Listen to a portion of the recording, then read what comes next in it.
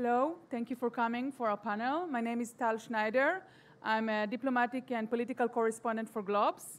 And let me invite the panel participants. Mrs.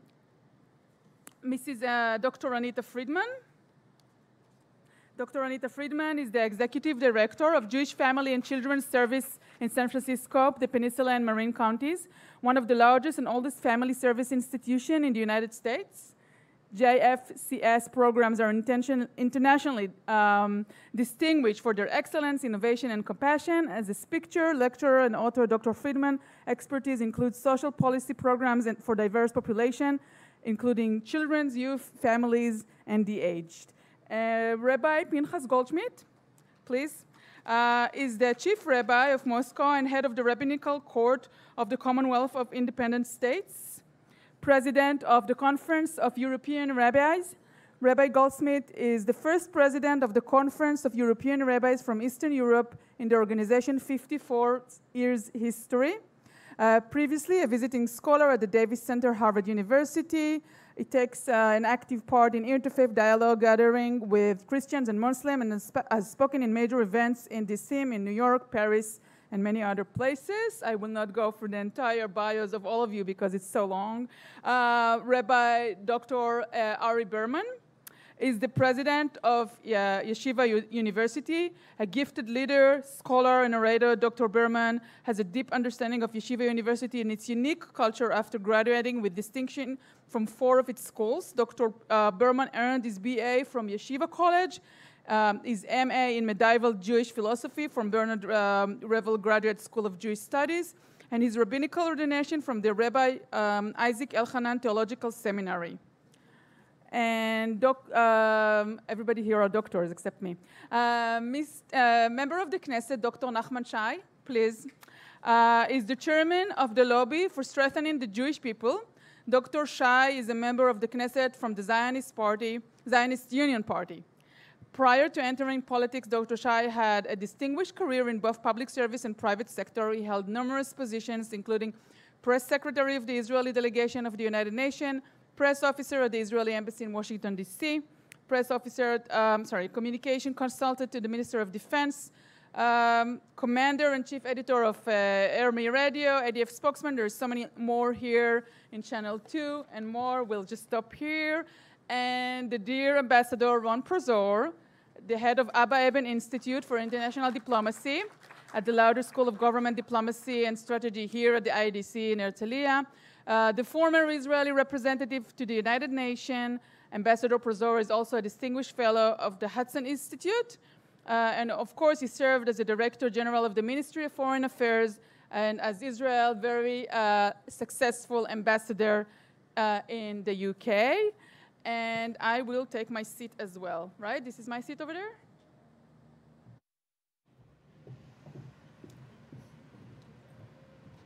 So thank you all for coming. Okay. Thank you all for joining us for this very, very important panel. And thank you, IDC, for inviting me over. It's great to be here. Very crucial times. And a lot of headlines came out from here yesterday and today. So it was very interesting as a reporter to follow whatever is being said here.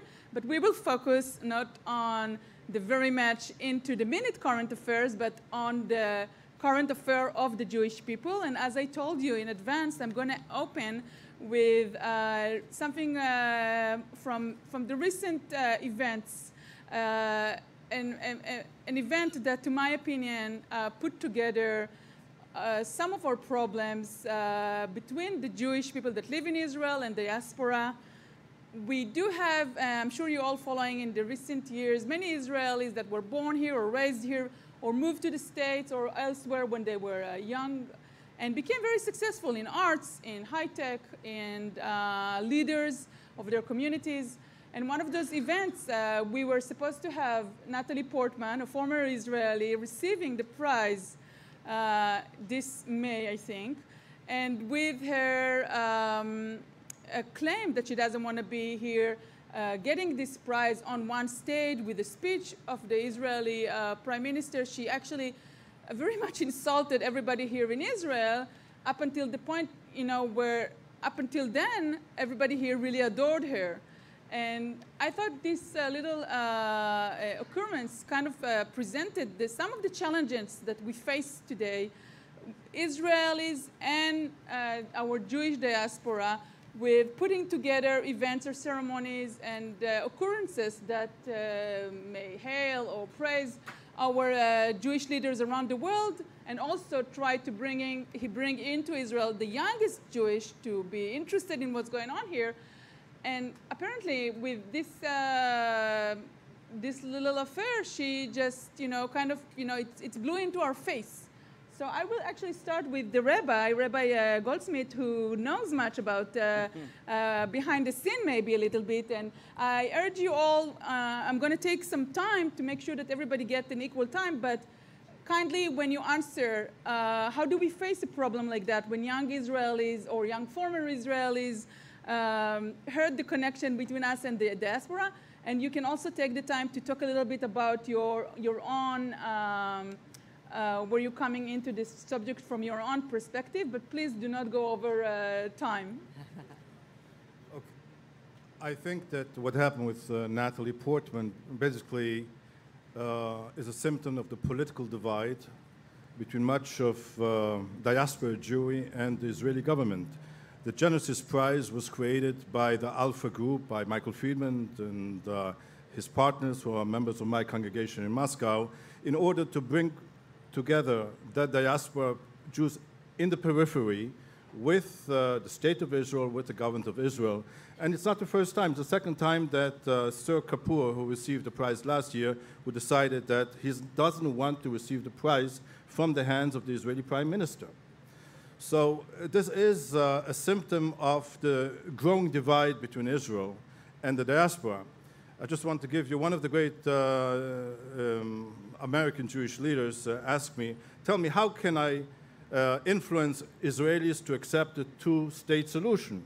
And I said, listen, American Jewry tried to influence Israel to give them 1,000 square meters next to the Kotel, and they couldn't do that. So how do you think the Americans will be able to influence Israelis to give up half their country?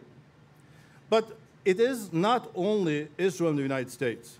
Speaking as a European, as the president of the Conference of European Rabbis, I would like to bring two examples. One example happened a few weeks ago here in the Knesset, when one of the members of the Likud came with a proposal that Israel should start working with extreme right parties in Europe, which the local communities shunned.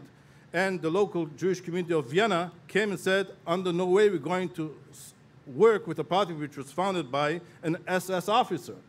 And the last example is that which happened yesterday at the legislation committee in the Knesset, when we, the Conference of European Rabbis, we proposed a law to help chained women, agunot, outside of Israel, to help, because Israel is becoming much more important for diaspora Jews, to help them to convince their husband to give a get, a Jewish divorce.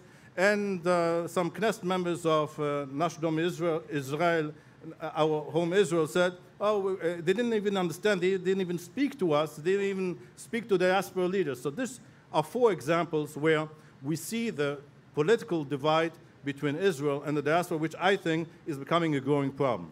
But how do you solve that? What is your opinion on how to proceed with, maybe the prize, you said it's the second time that it's happening to that specific prize, and that's got a lot of headlines. Maybe the entire concept wasn't the right one. I think that we have to start talking not above each other's heads. We have to start talking to each other. We have to recreate some platforms where we can not only talk to each other, but also hear each other. It's something that Jews have a very difficult time to do in general. Okay. Dr. Friedman, coming from the West Coast, where Israel gets maybe with the Jewish population in California, and I know that personally, is much more critical of Israel, both in San Francisco and maybe in LA as well.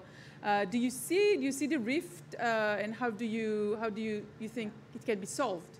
Well, we saw the rift on this issue of Natalie Portman. Maybe speak up. I saw the rift with this issue that you raised about Natalie Portman, because the people who share her views liked her, and the people who did not like her. And she was canceled out by Gal Gadot, who is a champion for Israel. So it didn't really change the fact that people have a lot of ambivalent feeling about Israel. In the United States, and I don't think we can really talk about the diaspora so much as we can talk about different dimensions of the diaspora. In the United States, which is one of the largest Jewish communities in the world, and there are two major centers of gravity now, Israel and the United States, of course. I can tell you a little bit of what I see in a few capacities. One is I am the executive of an organization that is probably the largest Jewish organization in California, and I see the internal workings of 80,000 Jewish families every year. I'm also here in the capacity of the president of a large philanthropy that funds Jewish causes, and I can tell you a little bit about what we see.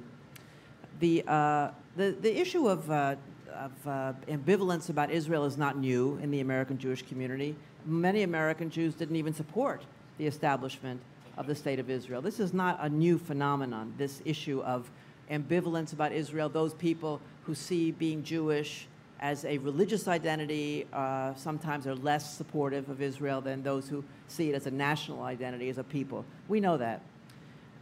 Support in the American Jewish community overall is still approaching 70%, and that's true for Americans.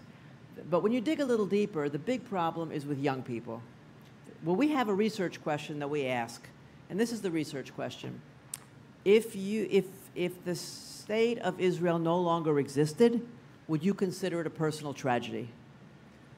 For people who are 55 and older, 75% would consider it a personal tragedy. But for people who are 35 and younger, only about 35% would consider it a personal tragedy. That statistic alone tells you what the problem is. Because there are three things I think that really need to happen. In the American Jewish community, which is an entirely different culture, living in probably the best conditions that Jews have ever lived in, where we're surrounded by people who love us, rather than being surrounded by people who hate us, it makes for a different kind of human being.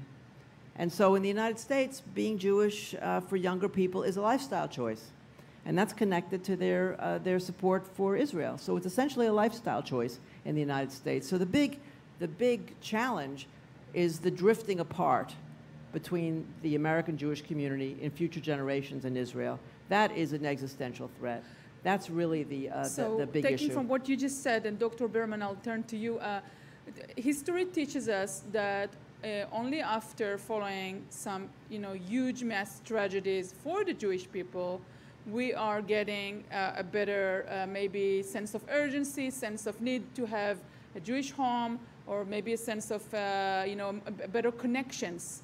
We don't, as Israelis, we've been taught in the last maybe decade not to talk about Aliyah as a must anymore, but then come out and say, when there is a Jewish tragedy going around the world, then people are, the sense of Jewish community becomes stronger, and then they run to the synagogue, they run to the community centers, but we don't want to wish for that. Right. So how do you? So let me first say that it's my honor to be sitting amongst these distinguished panelists, and thank you so much for inviting me.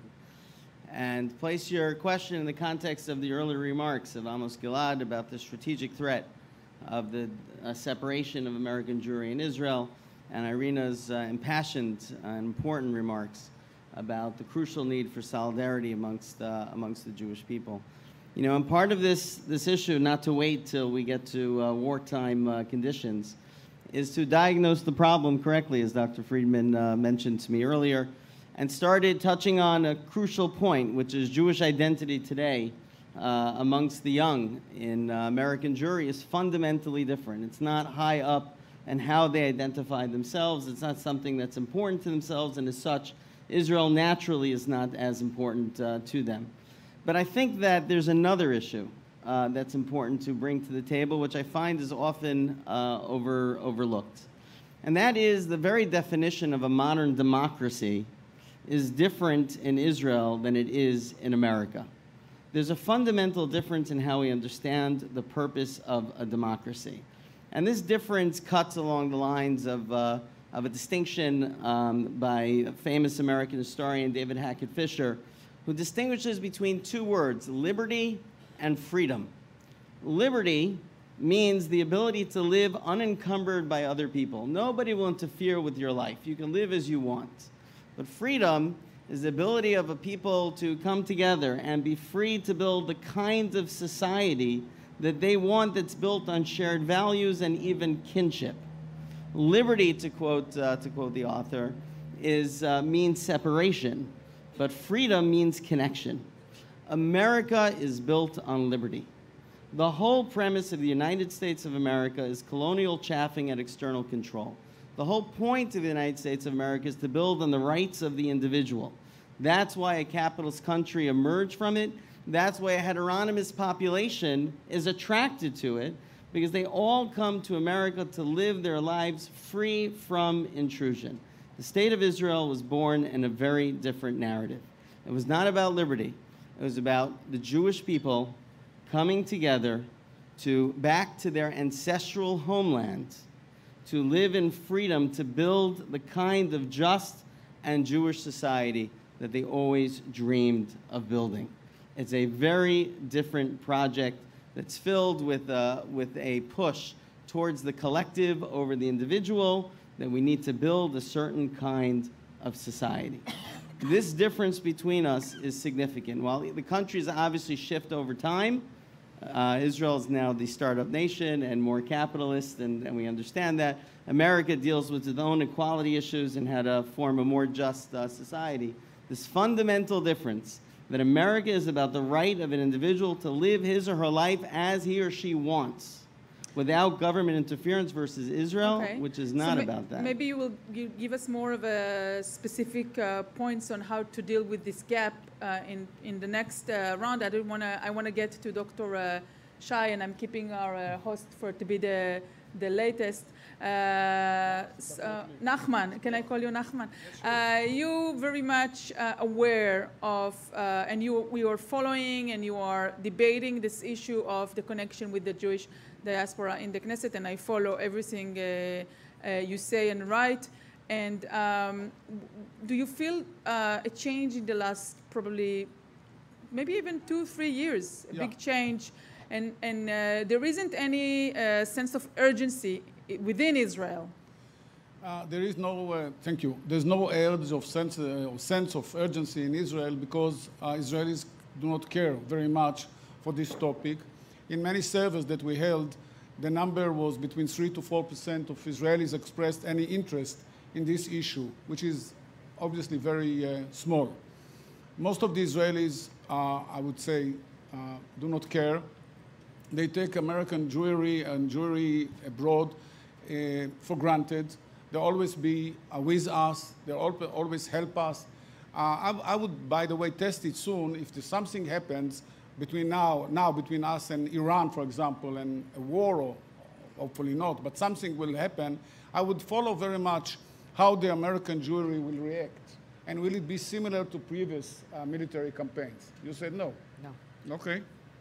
This is very sad to hear that from you, because in all past wars and military engagement between us and our enemies, the American Jews were first to stand with us, to raise money, to lobby, to go to Washington, and to make sure that at least America would stand next with Israel. I'm not sure it will repeat itself. Well, we have the president to lobby for us right now. This is a mistake. The American, yes, the president does, but the American president, this one, and anyone is not eternal. And one day there'll be someone else in the White House. And one day there'll be a Democratic majority in the Congress. And that may be different. The very fact that somehow the government right now focusing on the president, I don't blame them. It works very well, I should say, and personally I'm happy. But at the same time, I'm asking myself, can we give up on the American Jewry, and can we give up on the Democratic Party in the United States? The answer is no.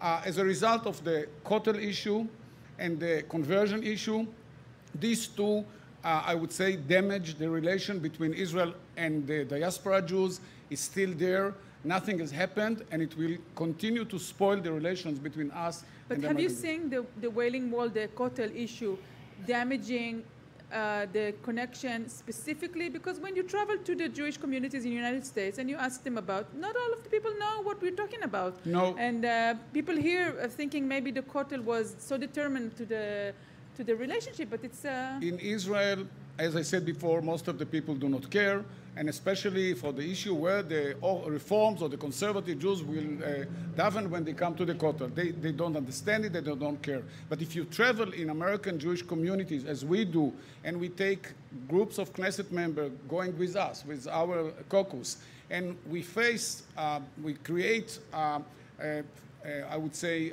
events or discussions between local leaders and visiting Knesset members, the outcome is terrible. And our Knesset members are surprised and shocked from the reaction. And they don't understand why, because even on their schedule, it comes very low. They don't give a shit, I would say, most of them, for this issue. It's not really important for them, but so, it is extremely important to the American Jews. Okay, so dear Ambassador Prosor, you know the American society so well, and you also know the British Jewish society.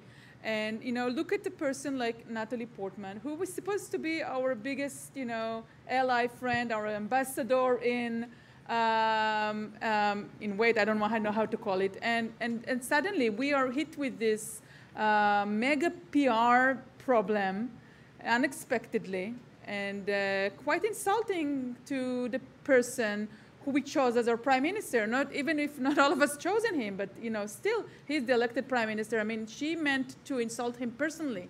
How do you think that, you know, Israel should probably play it next with her generation? So first and foremost, you know, when we talk about Jews and the relationship between Israel and Jews, you know, if our former president Shimon Peres would be here, he would say, you know, Nachman, the biggest contribution of Jews to the world is dissatisfaction. Have you ever seen a satisfied Jew? No, no, no, no, no. The problem is that this is a symbiotic relationship, okay? It's a symbiotic relationship where we have to enrich each other, support each other, and basically conduct a dialogue. Now, the problem is that the dialogue today, because of the generational gap, is completely different. Gallup poll shows you basically that the support for Israel of all, you know, age beyond 55 is 80%. But between the ages of 18 to 34, the support is 31%. Why? Because the dialogue, okay, conducts itself on anti-Semitism, the Shoah, and Gewalt, and it doesn't really speak to the new generation. And because this is a strategic issue for the state of Israel, why is it strategic? If we define Israel as the nation state of the Jewish people, then it is strategic. So how do you engage? And my good colleague and friend, Nadav Tamir, and I'll, you know, coin the phrase which I connect to, he called it helps. You know, like help with an additional S. What's the helps? It means create in the dialogue hope. Okay? The E is the issue of empathy in this dialogue. The L is listening, which we are not very good at, okay? And basically problem solving, and at the end of the day, self-critique. And he's absolutely right, because in the sense, those elements are really, really essential in this dialogue. And the problem is that we look at the Jewish diaspora from a prism that basically connects to us. Either you lobby for us, you give us money, or basically you support us. And that's nice, but okay, what is the solution? I can continue with the diagnosis, but what's the solution? The solution is to create new structures. Hence, if I am a Jew, anywhere else, and I'm interested in immigration, I want to connect to people in Israel that deal with immigration, okay? I don't need certain organizations in Israel to give them money to really do that for me. If I'm interested in LGBT, connect me to LGBT, okay? If I'm interested in preserving Jerusalem, connect me. There's enough in Israel, civic society, to really connect to Jews and connect them to what Israel is all about. And the bottom line out of this is that when I talk about structures, It's creating structures that do not have this issue of interest. So if I'm now the Ministry of Absorption, it's obvious that I'll talk about Aliyah. But if I create a structure, let's say theoretically, where the whole connection with the diaspora is under the president of the State of Israel, who's probably after politics, he doesn't have a real interest in trying to get something from someone, you create a structure that at the end of the day, can be different. And the mindset should be different. And the bottom line is that we don't have to shy away from seeing a new generation that doesn't really put Israel on first priority, but they are part of the family. And a family, in the sense, is a family. So you don't ask your brother, in most families, for money. So you think that Israeli NGOs, civil NGOs, just need to go on an outreach or maybe a roadshow in order to pull in some Jewish young people? Why not do a Jewish Peace Corps? A Jewish what? Peace Corps. Yeah. Create the structures that will allow us to connect to things that are really interesting for the new generation of Jews all around the world, and hence connect to our values. So the word tikkun olam, I wouldn't rule out, for example, a triangle where American, British Jews or French Jews with Israeli technology work in Africa. That's tikkun olam. They would connect to it because it really makes them proud of Israeli and Jewish values, where we can all be very proud of what Israel does. Okay. I guess I want to hear more about it, because how do you do that? But I'll have to talk to the rest of the panel. I want to go a bit into the Chok HaGiyur, the conversion bill that actually may be on this Knesset schedule for this spring. And it will again try to limit or maybe put the scope of the conversion in the hands of a smaller group, the Orthodox only, and limit the steps that have been taken in the past couple of years to let some others handle the conversion. And obviously the political arena in Israel makes it for the ruling party, the Likud, have to submit to the wills of its coalition partners. And the political reality here is so that in order to get the coalition working, you have to agree to certain waivers. And this may deter or upset the Jewish diaspora all over again. So who wants to maybe Dr. Friedman, you will give us the way you look at it from the outside. I'll talk about it from the inside, actually. Okay. About the lives of the individual young people, because it's, as everyone knows here, if you're involved in Jewish organizational life and you're mostly meeting with people like me, I'm on the AIPAC board, we all meet together, you get a different impression about what's really going on in American Jewish life. But as many of you said, it's with the young people. It's not that they're critical. Okay, they're really critical, some of them. It's that they don't care. It's just not an issue. And you have to also realize that in the American Jewish community, more than half of the families are intermarried families who have less interest in being involved in Jewish life. So we think that they're part of the family, but they don't think that they're part of the family. So you have to step back a little bit and take a look at what the problem with American Jewish life and what we need to do to refocus our energy as the leadership of the American Jewish community to increase Jewish identification and Jewish involvement among young people. We have failed dramatically.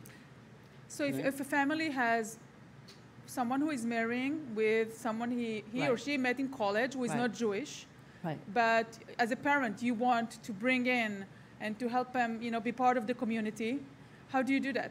If they want to be a part of the community, then the community has to learn to operate in a buyer's market and not a seller's market. We have to learn to be inclusive and to make people feel a part of us. And we want to be so inspiring and so wonderful and so meaningful to people that they choose to cast their lot with the Jewish people. Because in the American Jewish community, among young people, most of them do not care. It's not the central feature of their life. And as a result of that, they don't really care that much about Israel.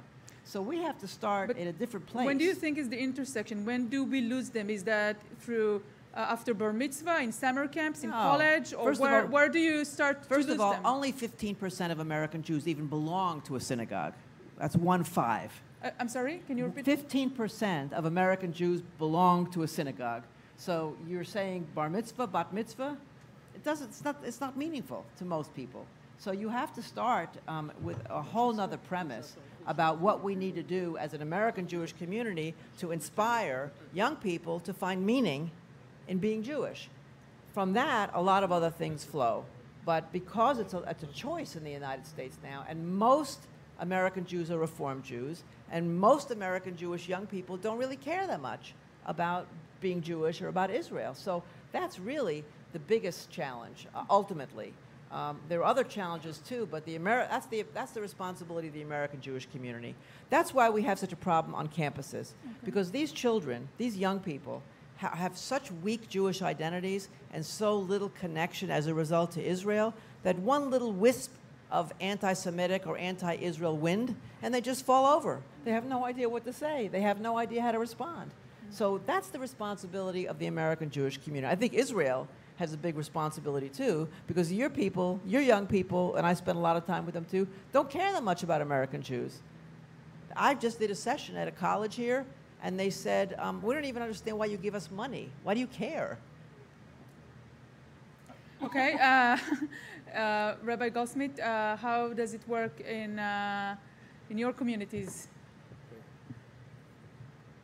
I think that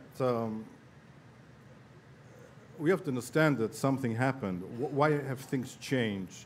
The last, we're celebrating the 70th anniversary of the founding of the State of Israel. Israel was always perceived as David against Goliath by diaspora Jews, the poor Jews who came from Eastern Europe, the Holocaust survivors, and we American Jews or European Jews, British Jews, we have to help them. We have to help them to survive. They say, who was a good Zionist? It's an American Jew giving to a British Jew money to help a Polish Jew to build a kibbutz in Israel. Now, Israel today is not a David. Israel today is the Goliath, is a superpower. You should look at how in Davos they treat the Israeli prime minister. There are only 6 or 7 heads of state who are being accorded the honor of speaking in the plenary of Davos, and one of them is the Prime Minister of Israel, even though Israel is a tiny, minuscule country. Israel today is perceived in the world, and also by Jews, as a powerful superpower. They don't need our help. Now, do we identify with them? Now, it used to be, when I was young, who were the heroes for diaspora Jews? It was the Israeli generals. It was the Mossad agent. It was a David fighting against Goliath. Who are today the heroes, the Israeli heroes for diaspora Jews? People like Natalie Portman, maybe. Or maybe Artists, all these authors, startup techies. high-techs. High-tech who made Israel into an economic superpower. And maybe some human rights activists instead of Mossad agents in general. So there is a whole different perception, as Dr. Friedman said. Jews, American Jews, are becoming much less identified as Jews, much more secular. If it used to be that most American Jews were tied to some kind of religious movement, whether Reform, Conservative, or Orthodox, today the majority of American Jews are not tied to any religious movement. And, but do you think the Israeli government or the Israeli Knesset should ease on the conversion in order to be more inclusive and have people who have maybe two identities, Jewish and non-Jewish, be part of the group and get back in? Is it something that should be on our agenda here, or strict rules that usually will probably leave huge groups out? Right. The conversion issue is one of the most difficult issues which divides Israel itself, diaspora communities. I don't want to quote any religious authority. I just want to quote my good friend. I think he's the biggest or most important Jewish expert in Jewish statistics today, Professor de la Pergola. And I asked him the question about conversion, about Giyur. What is your opinion about Giyur in general? Is a more liberal Giyur, is this going to help us fight assimilation or not? And he answered me the following way. If you look at the statistics in the first generation, and it says if you go to a more liberal Giyur, which doesn't have all the demands of Shmirat Mitzvot, etc., so yes, it helps. But if you go further, after one generation, it just has the opposite effect. So I see it, Giyur, as a double-edged sword. From one side, we have, let's say in Italy, in Europe, we had communities which are extremely liberal in terms of conversion. The mother state Catholics, and we just converted the children. And communities disappeared. Communities disappeared this way. So I think that conversion is an issue which, from one side, unites the Jewish people, because we have to make sure that we bring in everyone who belongs to a Jewish community. And from the other side, we're having the survival of Jewish communities in the diaspora at stake, as well as of Israel. So I don't think it's an easy issue to solve. Okay. Dr. Berman, maybe you can relate to that and also to the issue of the Kotel, which also causes a rift. Well, I think the key point is to understand that Israel is not the problem, Israel is the solution. And the problem, as Dr. Friedman said, is about Jewish identity or the lack of importance of Jewish identity in American Judaism. Do you suggest that all Jews should just come live here? First of all, as you did. I am a Toshav. I also certainly suggest encourage Aliyah. But I don't just mean that. But it is important that I speak as a dual citizen, meaning I'm also, besides being the president of Yeshiva University, I lived in Israel for 10 years. I'm the proud father of 2 IDF soldiers, and understand the context of both societies. And I can tell you this, okay, there's nothing that inspires American Jews, even young American Jews, like the state of Israel. Okay, if you look at birthright and look at their numbers, there's something that happens 10 days. It takes 10 days for a student to come to the state of Israel, 10 days, and comes out and says, it changed my life. Now, whether it actually changes their life or not in the long run is a good question. It's quite contradicting to what we just heard, that it's the people are impressed, but there are a very small percentage of them that are being impressed and are being pulled in order to... If they're here, that's the difference. The difference is if they experience Israel or not. If they have a chance to experience Israel, it could be transformative.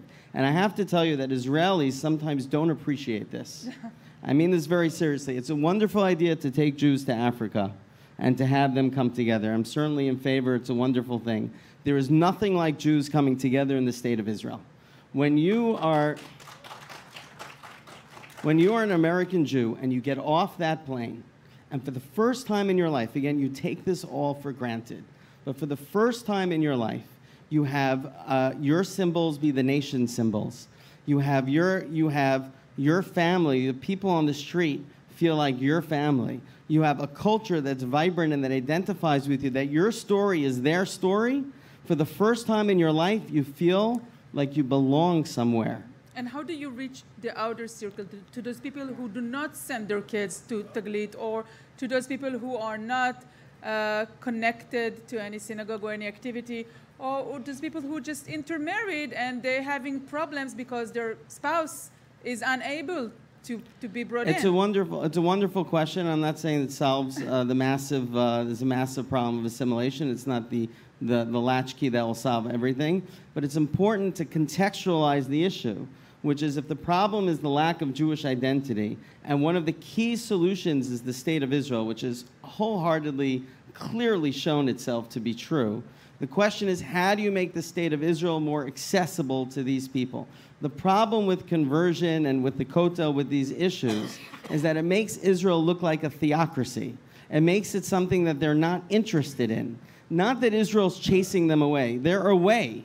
But it limits Israel's potential of actually bringing them back. That's why I started off by saying in their head what a country's supposed to be doing is staying out of religion and staying out of the way they practice. And then they see what Israel's doing, and it makes them feel like it's a theocracy. It's not part of them. The irony is the very thing that makes them feel like it's a theocracy is what attracts them to Israel. It's because Israel's a Jewish nation and is not America and the Middle East. They wouldn't be interested in America and the Middle East. They already have America and it's not working. They want to come to Israel, or they don't even know this, but when they come to Israel and experience what it's like to be in a Jewish country, to touch the kotel for the first time, the electricity, if you speak to birthright kids, and people without a background who touch the kotel for the first time, the electricity that they feel, or experience Shabbat for the first time when the whole city becomes more peaceful and more quiet. There's something magical about this country and about this people. We need to understand it and appreciate it. Israelis need to understand it and appreciate it and use it to help the greater good. Dr. Shai, maybe you will go a little bit into, maybe you can go a little bit into the politics and explain to us, as one of the opposition main fighters, how do you plan to proceed? We have in this coming Knesset session some religious issue that's going to be on the table as a fight. Well, the best solution is to change the government. I mean, that's the Doesn't first, seem like you're that's heading. the first step. Doesn't seem like you're heading that way. Not necessarily. Well, we never lose hope, right? Jewish way is never lose hope. But seriously, we've been trying to build bridges through the Knesset, through the young generation of Israeli politicians, within the Knesset and out of the Knesset. Maybe you can speak to the mic. Yeah, to make them much more involved and being aware of the American Jewish community. And issues like that, of course, meeting each other is great and helps a lot, but it's not the end of it. They should play a role in the Knesset, especially the Orthodox ones, or those who are coming from the right wing should lead the campaign within the Knesset to build new relations between us and Jews in the diaspora.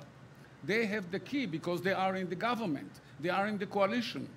But what we are faced with is that the ultra-Orthodox are leading the relations between Israel and the diaspora Jews because they insist on not making any concessions. But this is going to happen if you're going to be in government as well. So one day we will, but this is not going to change if and we know it from the past, when the Labor or the Machaneh Tzioni will be in power, you will have to submit to the Orthodox in order to keep them in.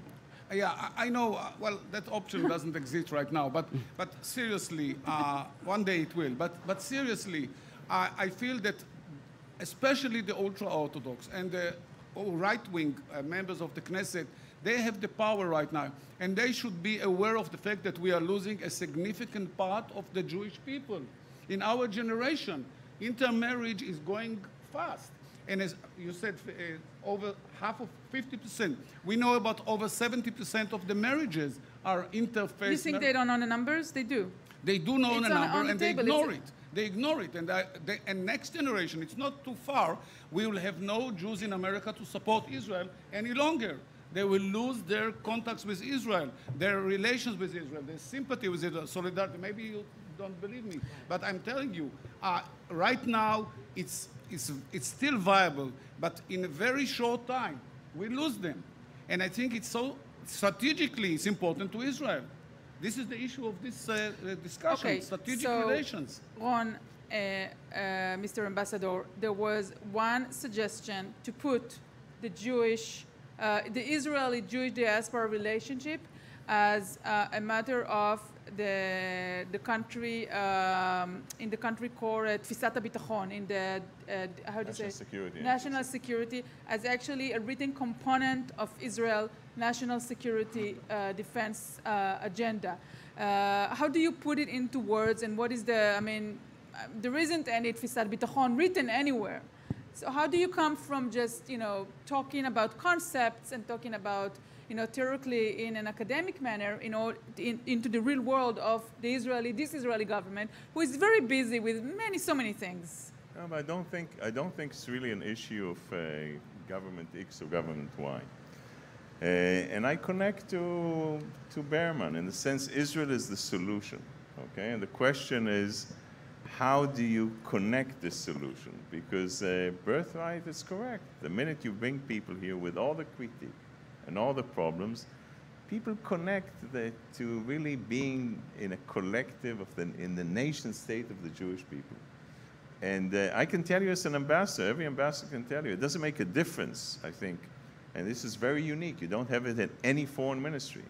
An Israeli ambassador that goes out abroad automatically has someone that reaches out to him It can be in the Ukraine, it could be in the US or the United Kingdom or France. It basically shows him around, connects him to the people, and the connection is with the eye and with the heart before you even know anything else, because this is part of being Jewish. And I think Israel represents such an amazing enterprise that the fact that we focus only on, what is bad, because this is part of our character, we're losing out here. And I would say that, yes, Anita is right. Maybe we should, connect more Israelis to what it means to understand better Jewish diaspora in the United Kingdom or the United States. And that's true, because in Israel there's not so much interest in that. But I think it's more important that they come here and basically experience the Israeli experience. Yes, please. If I may add, based on what was said by Anita and Rabbi Berman and Knesset member Nachman and Ambassador Prosor, yes, Israel is the solution, but for Israel to be the solution, Israel has to stop looking at the diaspora as funders and lobbyists, but Israel, strong Israel, greater Israel, should come and say, we're going to now help diaspora Jews survive by providing for education, helping schools, and the school system, I think, is a very crucial part of Jewish identity anywhere in the world. We saw this in England and South Africa and France, much less so in the United States. And the moment the United States comes in and said that it is a question of national security to make sure to keep the Jewish identity of Jews outside of Israel. I remember when Yitzhak Rabin came to visit Russia for the first time in 1994. He came to the Koret synagogue, and there was a question if when the Soviet Union fell apart, is it worthwhile to invest in Jewish education? And then Mendel Kaplan, the head of the Jewish Agency, said, we're not going to create a new diaspora. And I told back then Prime Minister Rabin, if there is no Jewish education, there will be no Jews. If there are no Jews, there's not going to be any aliyah. And that's when the Israeli government changed its policy. And I think today, more than ever, 20 years later, this question of keeping Jewish identity, the solution is here in Israel. Thank you. I wanted to go into the role of the Israeli who are living in places like San Francisco area, but I see maybe we have just a little bit more time to hear about that, or can I take questions from the audience? Yeah? Okay, just one question. Amos says no. No? And? No, and Shalot. So Can I? Yes.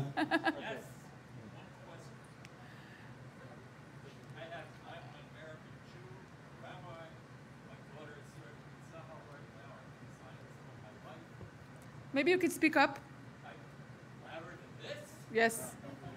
I'm an American Jew, an American Reconstructionist rabbi, born bat mitzvah's kids, whose many times their mothers are Jewish, many times their fathers. This is on both the Reform and Reconstruction movement in the United States. Okay. 70% of Americans. My mistake. 70% of American Jews, 75%, consistently vote liberal and democratic. And what you have not discussed at all is the fact that the Prime Minister of Israel, current Prime Minister of Israel, comes to the United States and publicly advocates for the Republican Party, and thereby antagonizes American Jews. And that's a big part of what the problem. Well, that was at the beginning of No, the it's panel, not, but, this is worth a discussion. I'm being told here that Another we discussion. we have to Yeah. close down the panel. So thank you so much for being with us, and thank you for the question. Thank Toda. you.